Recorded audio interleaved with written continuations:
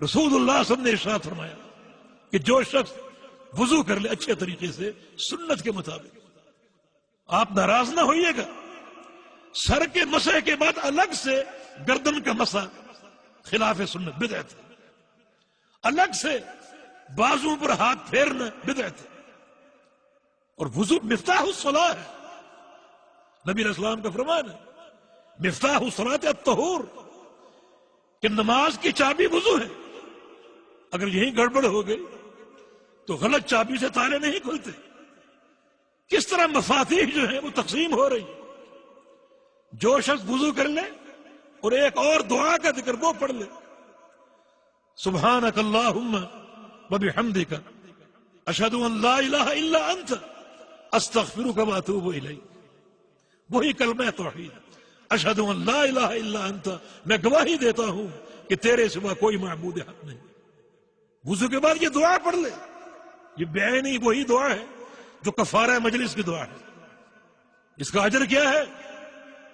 دیکھیں خواتم الخیر، اس کا اجر یہ ہے کہ اللہ رب العزت آپ کی اس دعا کو، حدیث میں سخت کے الفاظ ہے، ایک قیمتی کاغذ پر لکھوائے گا، بڑی اعلیٰ دستاویز پر یہ کلمات لکھائے گا اور پھر اپنی مہر لگا دے گا۔ آپ نے کلمات پڑھے، اللہ رب العزت ایک انتہائی قیمتی کاغذ پر یہ کلمات لکھوائے گا اور اپنی مہر لگا دے گا۔ آگے کیا فرمایا؟ فلم تکسر الی یوم القیامہ، اس مہر کو قیامت تک کوئی توڑ نہیں سکے گا۔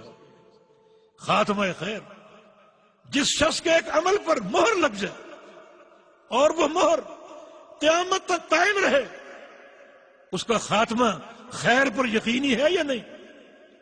اس کی موت شرک پر آ سکتی ہے، کفر پہ آ سکتی ہے؟ ہرگز نہیں۔ تو پیغمبر علیہ السلام کے فرامین کتنا عظیم سرمایہ ہے۔ تو ان نصوص سے یہ واضح ہوا کہ جنت کی چابی ایک ہی، نمازیں، روزے، حج و زکوٰۃ نہیں۔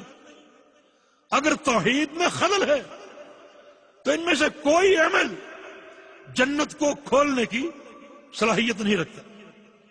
جنت کھلے گی صرف کلمہ لا الہ الا اللہ کی برکت سے۔